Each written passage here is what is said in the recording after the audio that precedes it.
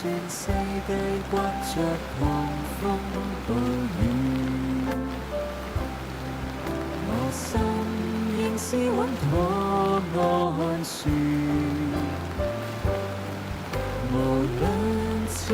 is the heaviest rainfall to hit Hong Kong since 1884.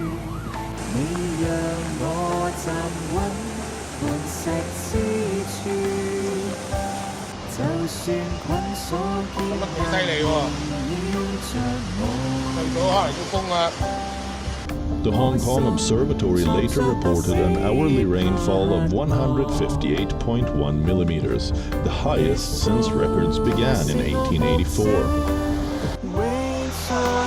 站外嘅農場道一早變成江河，唔少物件喺水面漂浮。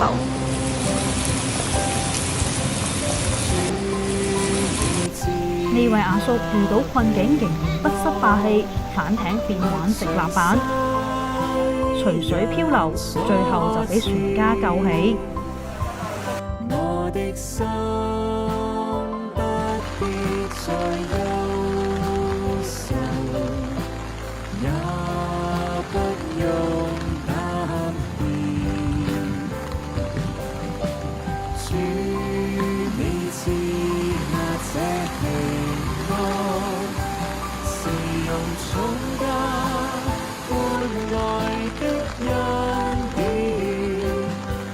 黃大仙站都唔好得去邊，黃泥水不停湧入，站內變成激流，月台就全部都係水，即使列車埋車都唔夠膽開門。請緊握扶手，請握扶手。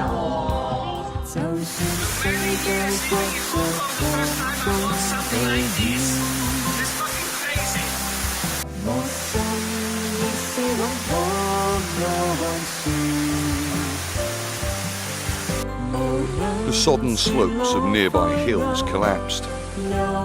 Landslides blocked roads.「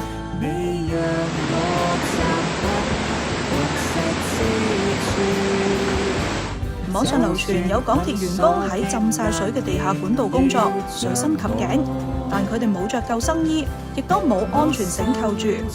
喺港鐵做過嘅立法會議員張欣宇就話：喺凌晨2點，有港鐵前線員工情緒接近崩潰咁同佢講，管理層突然要求佢哋趕去黃大仙站清走積水。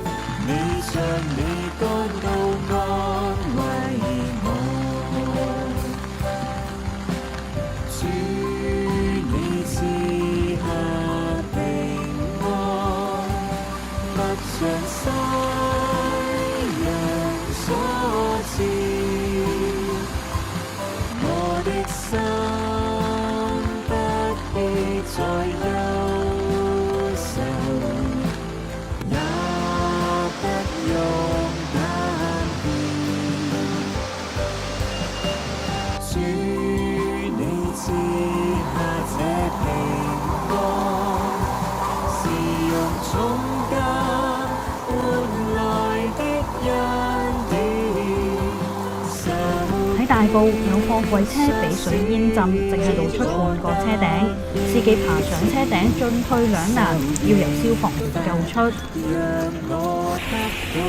死啦！冇車搭，咁搞法，睇下啲警車。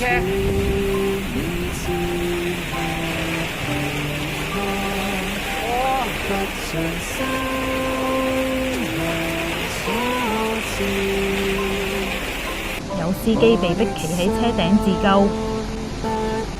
但係亦都有成架車俾洪水沖喐。龍翔道多部私家車因為死火停喺路邊，有私家車入咗水，司機都束手無策。